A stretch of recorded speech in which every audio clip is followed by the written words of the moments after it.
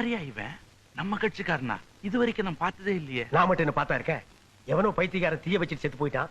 அவனை நான் தியாகியாக்கிட்டேன். ஜனங்க கேட்டா என்னையா சொல்றது?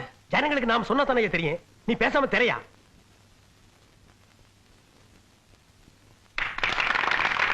அண்ணன் மயிலை மதிவேந்தன், அண்ணன் அஞ்சாவது சிங்க மருகுபாண்டி, அண்ணன் தியாகி சுடலை.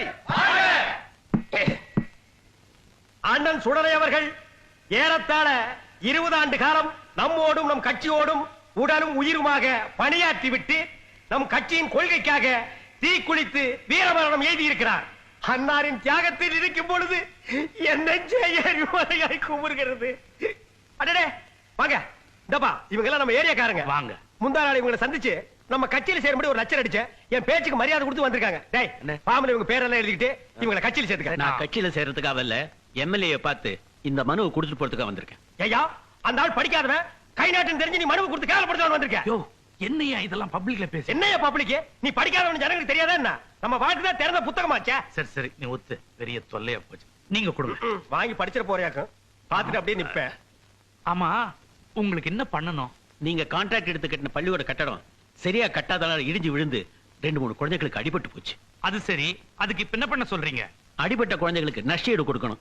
இடிஞ்சு போன பள்ளிக்கூட கட்டடத்தை உடனே கட்டி கொடுக்கணும். அது மட்டும் இல்ல, கவர்மெண்ட் ஸ்கூல்லாம் சரியா நடக்க மாட்டேங்குது. அதை ஒழுங்கா நடத்துறதுக்கு ஏற்பாடு பண்ணணும். இங்க பாருங்க, ரேஷன் கடைக்கு போனா சரியா அரிசி கொடுக்க மாட்டாங்க, கிருஷ்ணாயில் கொடுக்க மாட்டாங்க. அதை விட கவர்மெண்ட் ஆட்சிக்கு போனா ஒரு நல்ல மண் தர மாட்டீங்களா? நீங்க எல்லாம் ஒரு எம்எல்ஏ இதெல்லாம் கேட்க வேண்டாம்.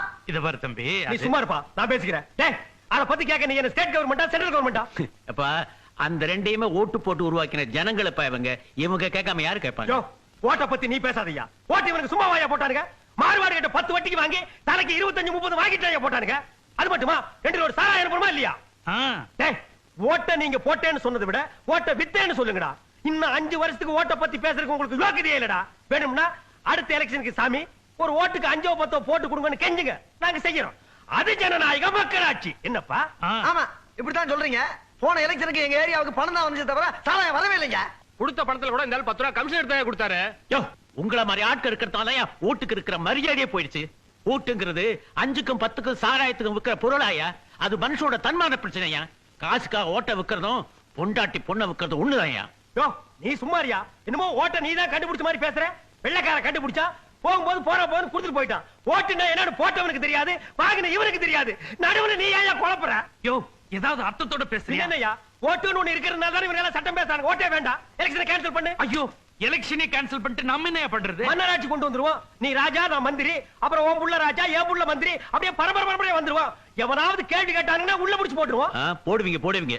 ஜனங்கள் ஏமாளியா இருந்தா இதுவும் செய்வீங்க, இதுக்கு மேலே செய்வீங்க. முதல்ல இந்த புகாருக்கு பதில் சொல்லுங்க. யோ, என்னையா மிரட்டுறீங்க? சொல்ல என்ன பண்ணுவீங்க? எம்எல்ஏ இந்த இடத்துல போக முடியாது, மறியல் பண்ணுவோம். உங்களுக்கு அவ்வளவு திமிராகி போச்சா? மரியாதை இந்த இடத்தை விட்டு போயிருங்க. இல்ல கால் இருக்கிறத கடி கடிச்சு. டேய், எவன்டா எம்எல்ஏ செருப்பால அடிச்சவன்? உனக்கு தைரியம் இருந்தா இன்னொரு செருப்பால அட பார்க்கலாம். மறுபடியும் அடிக்கிறாயா? டேய், வரிசையா உள்ள செருப்பு நான் பாத்துக்கிறேன்.